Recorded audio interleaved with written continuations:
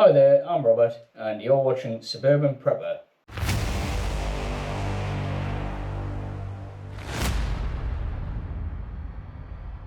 Today we're going to talk about portable power stations for if there's an interruption to your home power supply.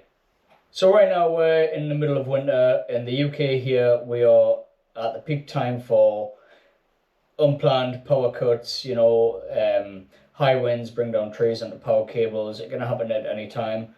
Around the world is the same sort of thing. If you're in the winter season currently, if you're not in the winter season now, you will be in a few months' time, and I assume it'll be the same for you then. Nowadays, we take for granted, we come into our home, we just flick a switch, and we have power instantaneously.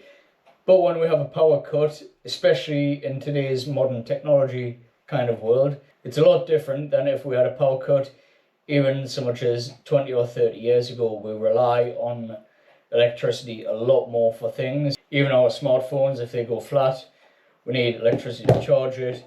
If you don't have any mobile data, you need Wi-Fi. Again, if there's no electricity, your router goes off and you have no internet. Or even so much as in a power cut, if your refrigerator goes off, if it's longer than just a couple of hours, you need to be looking at alternative power options to get you through however long the interruption may be. So with that in mind, I've got a small selection here. I just want to run through them. So we'll start with this one. I'm sure everybody's familiar with it. It's a mobile phone power bank. I say mobile phone, it's the most commonly used thing. You can use it to charge other things, iPads, some laptops use USB output or whatnot. But yeah, so we've got this one here is 30 milliamp. It'll charge my iPhone about 3 or 4 times. I've not tried it exactly, but from empty to full, like I say, 3 or 4 times. That'll get me through in a pinch. Next, I have this small portable power station. This one here it has less capacity than this one. However, this one also gives me mains output. So here in the UK, that's 240 volts. It's not got a large inverter inside of this. Obviously, it takes the 12 volt and gives you the 240 volt. So it's only got an 85 watt output in this. But certainly it's enough to power a lamp or whatever if it was dark and you needed just basic light. If you had a mains lamp, you could plug it on top, turn the power on, and that would give you the light for a few hours. The next step up from this one, we've got this one right here. This is the allpowers S300. Again, it's not the best, it's not the top of the range, but it's certainly very good value for how much it costs. You've got a button just on the front. This gives you DC output, so you've got your output on the side. You've got your 12 volt cigarette type lighter. You've got your USBs on the side as well. Turn that one back off. You've got AC output again. You've got two small AC outputs on the front here. And you've got your wireless charging on the top as well. So obviously you just put the mobile phone on top. It would charge your phone. I haven't got that turned on. That's why I didn't charge your phone. Again, it's not got a very big inverter in this. It gives 300 watts output with 500 watt peak, I believe it is. But again, if the lights went out, you could use this to plug in a table lamp. You could plug your internet router into this, so you could possibly still have Wi-Fi. I know my son now, at the moment, his world would end if he had no Wi-Fi. So, yeah, like I say, that's quite important. And then the latest one that we've just bought is this ecoflow Delta 2.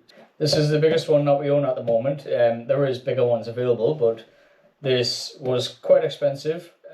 We couldn't afford the bigger options. I would love to afford them. Just to clarify, actually, we have paid for all of these with our own money. Nobody has gave us these items, unfortunately. If anyone wants to give us some items to test or review, please feel free. We'd love to receive some items to test, but because we're such a small channel, I don't believe that'll happen. But, you know, who knows what the future might hold. Yeah, so like I say, the ecoflow Delta 2, we have 1000 watt hours with an 1800 watt output. I believe it has a peak of 2400 watts. But this one here, I bought it so specifically I can use power tools. I can use like my table saw. I've used it to power the air conditioner. We could plug the refrigerator into this. We could even plug in our gas boiler upstairs, because while it's a gas boiler for central heating, it has a mains plug on it. It needs mains power in it to enable it to work. So we could plug it into this. It would give us power to the boiler, provided there was still mains gas supply. We could still have mains central heating. So the only issue with these items is they're limited in capacity. At some point you will need to recharge the batteries inside of them. Unfortunately, if your power cut was an ongoing thing, you can't just plug it into the mains like I do currently. You're going to need to rely on an alternative means, and the most common one is solar. So for the smaller power banks, you recharge these via USB. I've got a couple of small portable solar panels with USB outputs, so you can use these to charge devices directly, but it's a lot more efficient if you take the power from the USB and put it into one of your small battery banks, and then use the battery bank to charge the device. This one is a little bit bigger. This one here was 15 watts. This is a 21 watt. Also, this one is around about 10 years old, if not a little bit more.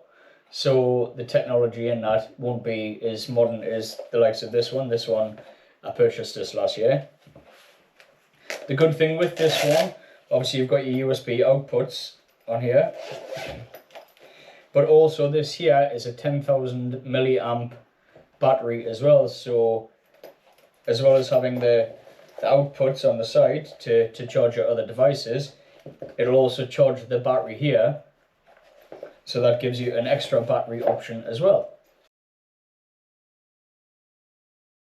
For the allpowers unit, I did purchase this separately, but we also have this 100 watt folding solar panel.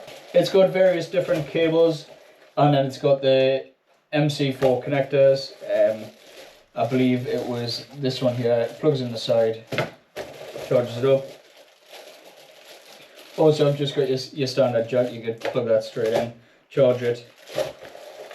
So it's got a couple of different other connectors as well if you wanted to use it for a different portable power station. But like I say, I purchased this one at the same time as I purchased this small power station. I'll just quickly open it up. Like I say, it. And that would help top this up. Additionally, for the ecoflow, I also purchased this Renogy 200 watt folding solar panel. So ecoflow do their own versions of the folding solar panels, and they are the bifacial panels, so they are more efficient than the allpowers and the Renogy one. However, they are a lot more expensive. So just as an example, the allpowers one cost me, I believe it's currently available for £110 on Amazon. This Renogy folding solar panel, it cost me just over £200. The ecoflow solar panel to pair with this, if you like, costs over £400, you know. So for the price of the 200 watt ecoflow panel, I could buy two of these and they would both connect into the power station. Again, for the Renogy one, it just comes with the MC4 connectors. I did need to purchase an additional cable. It's got the MC4 connectors and then an XT60i cable, I believe it's called. Yes, XT60i. Yeah, the XT60i cable just plugs into the back just here, and you can charge that up from the solar panel. Obviously this 200 watt, I could use the 100 watt if this one didn't work or whatever. But the only issue with these ones, with them being the portable panels, with them having the fabric on, I don't know how well they would hold up to winter weather. You know, you could put them outside. It's not raining today, for example, so I could put them outside. I could top the batteries up a little bit. It's not going to fill this, not in the daylight hours that we have today. However, in the storage unit that I rent, I also have a couple of large 250 watt rigid solar panels with the MC4 connectors. Again, I would use this cable, take the rigid solar power, and I can plug it straight into the ecoflow, and that would charge it up. Equally, I could get a rigid 100 watt solar panel and use that to charge the allpowers unit. And they are going to hold up to the worst of the weather outside, provided they're fixed. They're not going to go anywhere. They'll hold up to the wind, the rain, the snow, hailstone. I'm not too sure about. Again, I would assume that they have some sort of protection for that. Yeah, so those are our backup options for power. If we have a power cut, whether that should be short term or slightly more longer term. Let me know what you think of the video. Let me know your backup power options if you have any in the comments below. If you've liked this video, give it a like, give it a thumbs up. If you're not already a subscriber, we'd love it if you would subscribe. But that's all. I'll say bye for now. Take care.